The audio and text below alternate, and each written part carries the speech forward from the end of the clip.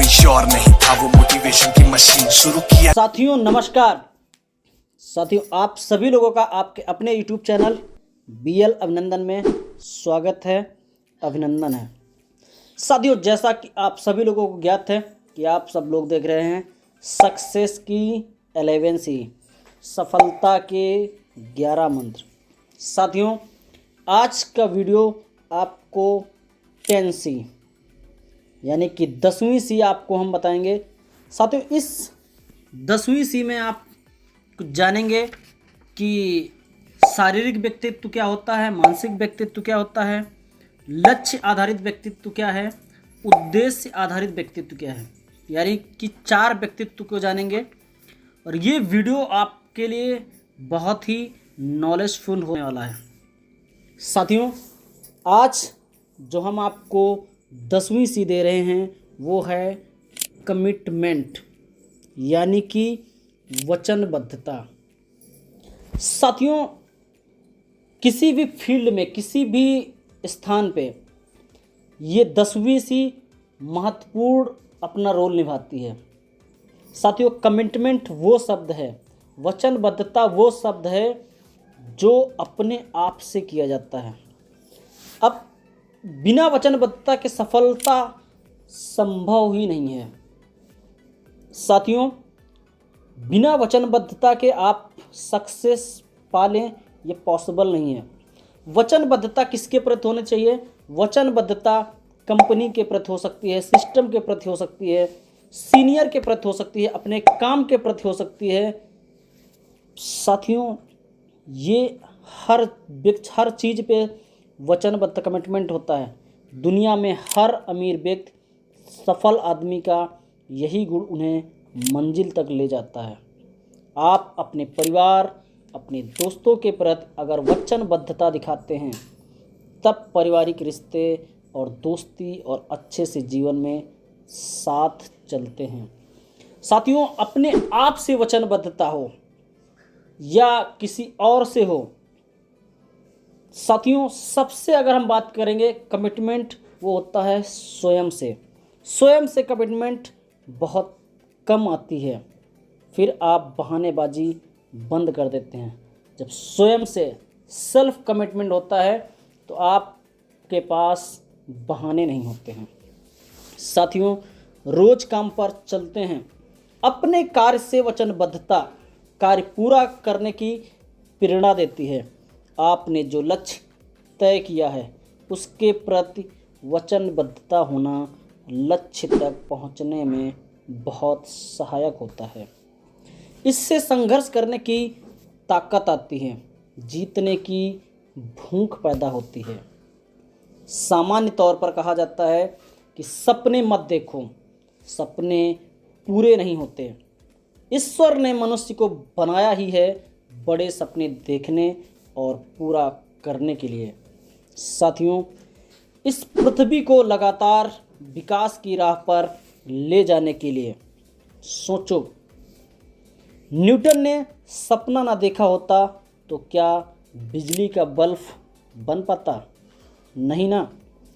साथियों अगर Graham bell ने सपना ना देखा होता तो क्या टेलीफोन का आविष्कार हो पाता? साथियों राइट ब्रदर्स ने हवाई जहाज़ का सपना ना देखा होता तो क्या आज हम हवाई जहाज़ में सफ़र कर रहे होते हैं? साथियों सोचो चार्ल्स बेबेज ने कंप्यूटर बनाने का सपना ना देखा होता तो क्या आज हम नई टेक्नोलॉजी का लाभ ले पाते? साथियों सोचो जॉन लॉजी बेयर्ड ने टेलीविज़न बनाने का सपना ना देखा होता तो क्या आज हम टेलीफोन या स्मार्टफोन यूज कर पाते? साथियों ऐसे बहुत सारे उदाहरण दिए जा सकते हैं जिन्होंने सपना देखा और पूरा भी किया, जिन्होंने अपने मनुष्य होने को सार्थक किया। मेरा मानना है आप भी अपने स्वयं के, परिवार के, समाज के, देश एवं दुनिया के विकास के सपने देखें, भविष्य दृष्टि बनाएं, वह जाकर पूरे होते हैं। साथियों, स्पष्ट भविष्य दृष्टि हो तो उसे समयबद्ध कार्यक्रम से आगे बढ़ाए जा सकते हैं। साथियों, अगर जीवन का लक्ष्य बनाएं, उसे पाने की कीमत चुकाएं, वह पूरा जरूर होता है। मैंने सुना है ईश्वर जब आपकी चाहते नहीं पूरी कर रहे होते हैं तब आपकी बलाएं टाल रहे होते हैं। साथियों, खाली हवाई चाहतों से बात नहीं बनती है।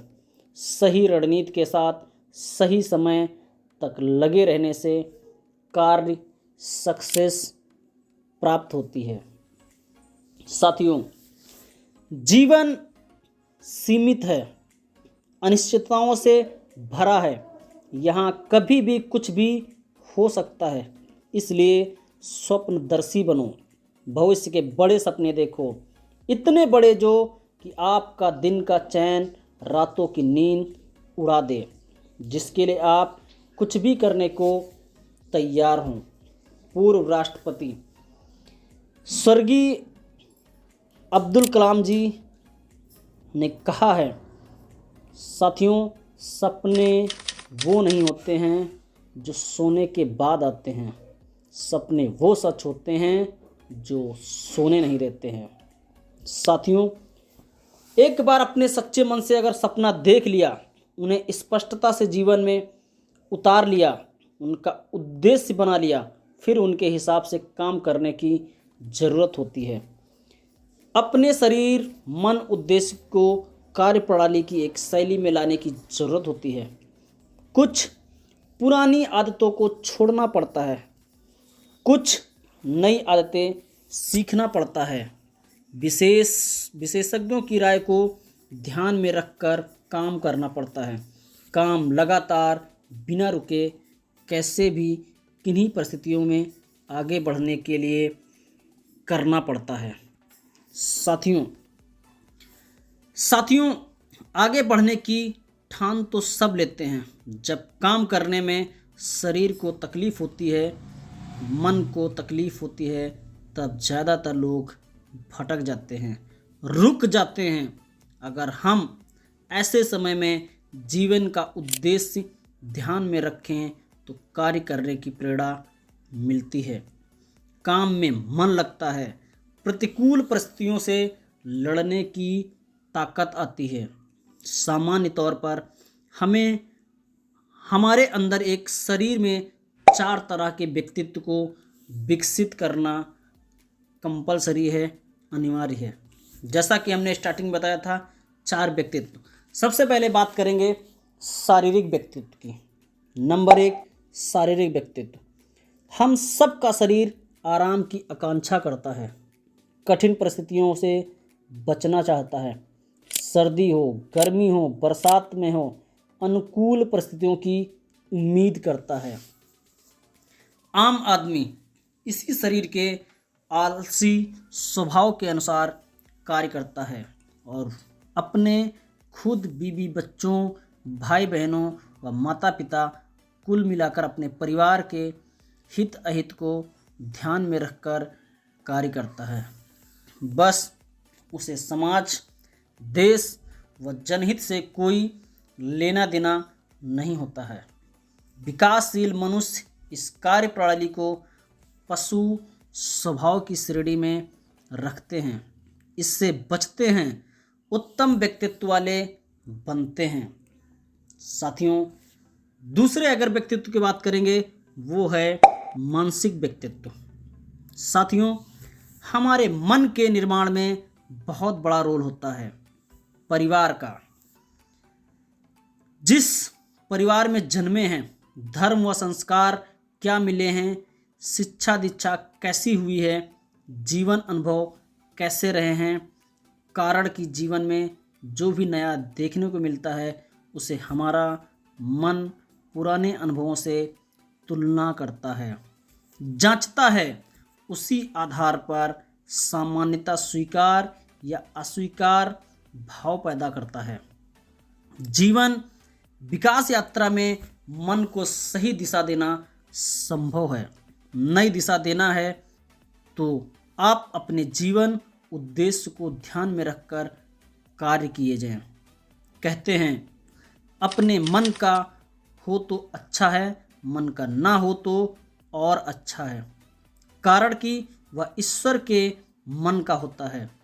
कुछ लोग इसे इस तरह से कहते हैं कि जो काम मेरे मन को नहीं है, मुझे करने को अच्छा नहीं लगता, उसे करना इसलिए चाहिए कि मुझे वह पाना है जो औरों के पास नहीं है।